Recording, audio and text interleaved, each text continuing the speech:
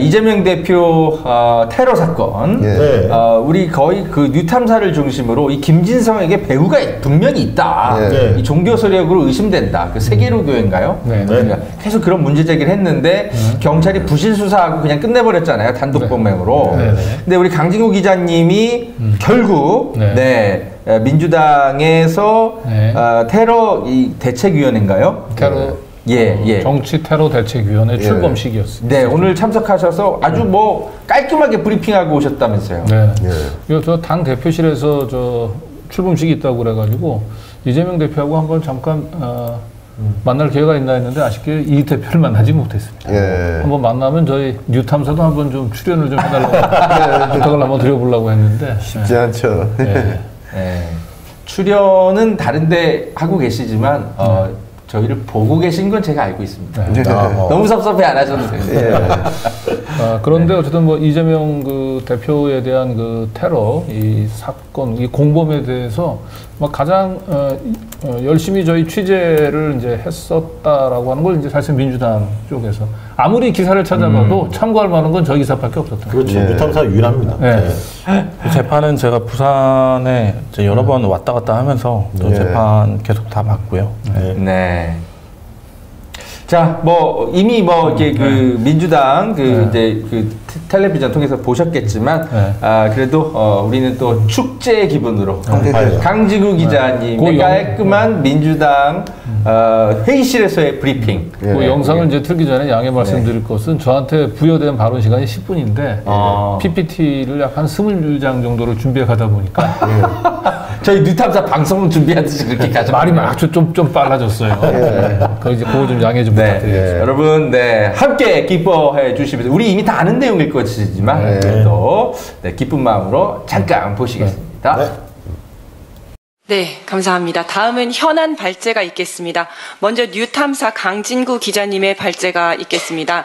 강진구 기자님은 김진성 살인 미수범을 방조했다는 의혹을 받고 있는 소위 벤츠 차주와 세계로 교회와의 관계에 대해서 지속적으로 탐사 보도를 해오셨습니다. 네, 일단 그 정치 테러 굉장히 그 중요한 문제에 대해서 그 발언할 수 있는 기회를 주셔서 감사드립니다. 일단 저는 그 이번 정치 테러 문제와 관련해서 얘기를 하기 전에 우리가 주목해야 될 또 하나의 사건은 그 얼마 전에 그 노상원 500명 정도를 이 수거 대상으로 정리한 그 노상원 수첩을 주목할 필요가 있는데 노상원 수첩의 500명 이 정리한 이 시기가 저는 이제 2023년 말로 보거든요. 2024년 그렇게 추정하는 근거는 그 제거 대상 중에 거론됐던 점이 정치인도 있긴 하지만 여기 계신 분들도 있지만 저희도 있습니다. 그래서 저를 뭐라고 지칭했냐면 더탐사 1당이라고 얘기를 했어요. 근데 저희가 더탐사에서 뉴탐사로 독립을 한 시기가 2023년 10월입니다. 그래서 그 시기 때 이 노상원 수첩이 저는 작성이 됐다고 보고 그 안에 보면 좌파 판사에 대한 그 분노감들이 표출이 되어 있는데 2023년 10월 그 무렵은 되돌아 보자면은 그 총선 전초전이었던 강서구청장 보궐선거에서 국힘당이 참패를 했었고 이재명 대표에 대한 영장이 기각됐던 시기입니다. 그래서 그러한 좌절감들이 노상원 수첩에 적혀져 있었고 그런 것들이 계엄으로 발현되기 전에 사적인 폭력으로 이재명 대표에 대한 테러로 1단계로 그 시행이 됐던 게 아닌가 하는 그런 강한 의심을 갖습니다. 자, 먼저 한번 PPT 처음 화면 띄워주시겠습니까? 뭐 여러분들이 다 짐작하시겠지만 최근에 자행되고 있는 이런 정치 테러는 개인의 우발적인 분명이 아니라 굉장히 조직적으로 자행이 되고 있죠. 이거는 제가 작성한 것은 아니고 인터넷에 이렇게 돌아다니는 최근에 자행되고 있는 이 우파 폭력을 이제 그림으로 만든 건데 뭐 대체적으로 다 일일이 보실 필요 없습니다. 그러니까 행동 대원이 있고 행동 대원들을 위해 극우 유튜버들이 있고 그리고 이런 극우 유튜버들을 조정하는 맨 꼭대기에 지금 가장 문제가 되고 있는 그 정광훈 목사 그리고 세이브 코리아의 손현보 목사들이 있습니다. 그리고 이 그림에 전 나타나 있지 않은 게 저는 국정원 출신 그 오비들 그리고 지금까지 아직까지 파악되지 않고 있는 배우들 저는 뭐 몇 명의 실명들은 알고 있습니다만 아직까지 공개는 하지는 않겠습니다. 그 다음 화면 넘겨주시죠.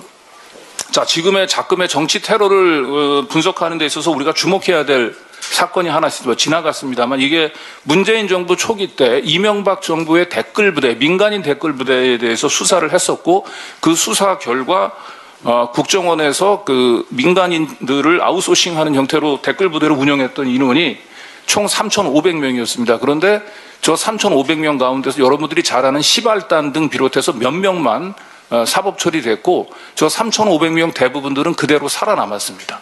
그래서 저 3,500명의 인원들이 저는 지금까지도 계속 암약하면서 정치 테러를 자행하는데 큰 자양분 역할을 좀 하고 있다라고 생각을 하고 있고 저는 이 댓글 부대원들 중에 한 사람을 지속적으로 추적해 왔었습니다. 깔끔한 분석이시네요.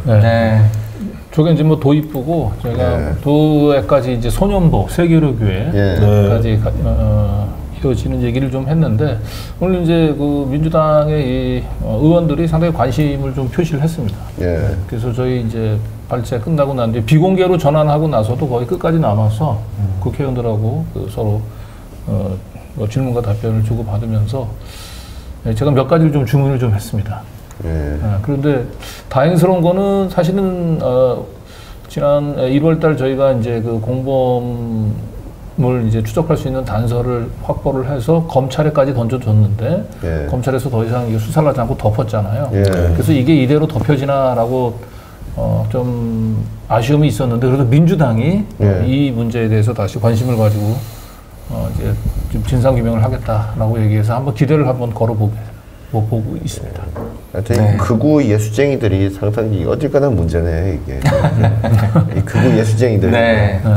그 공수처법을 좀 개정을 해가지고 이제 공수처법도 그렇고 특검 뭐 이런 것들도 좀 개정을 좀 해서 탐사보도 업계에 신망 있는 기자도 특검으로 좀 임명이 좀 될 수 있도록 변호사 출신 이런 검사 출신 이런 거 말고 우리 강진구 기자가 사실 제가 볼 때는 공수처장 정도 하셔야 사회가 바로 잡히지 않나.